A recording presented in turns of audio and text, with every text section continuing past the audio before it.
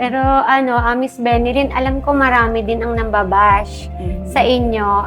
Pero alam naman natin pag mayroon ng mga naninira, 'di ba? Ibig sabihin nun, sobrang namamayagpag yung inyong ginagawa. Ano naman masasabi mo sa kanila?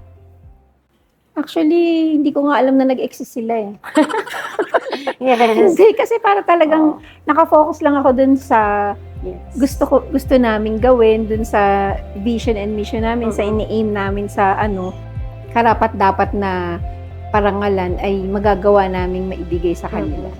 Yes, and also, kaya kanina tinanong ko ano yung mission and vision ng Aura kasi dun magmumula.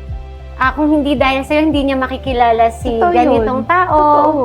Diba? Yun talaga eh. Parang you're building yung circle na binubuo Yes, the mo within your community. organization. So parang minsan lumalapit din itong mga tao na to sa'yo para mag-guide mo rin sila for connections. Actually, oo. Like may mga e-commerce company na, ma'am, gusto namin tong brand na to. Kilala mo ba kung sino may-ari nito? So kasi kami tanungan, kasi kilala namin yung mga may-ari, mga ganon. Saka, ma'am, kailangan po namin tong celebrity na to. May gustong kumuha na gustong maging ambassador nila o mag-model. O sige.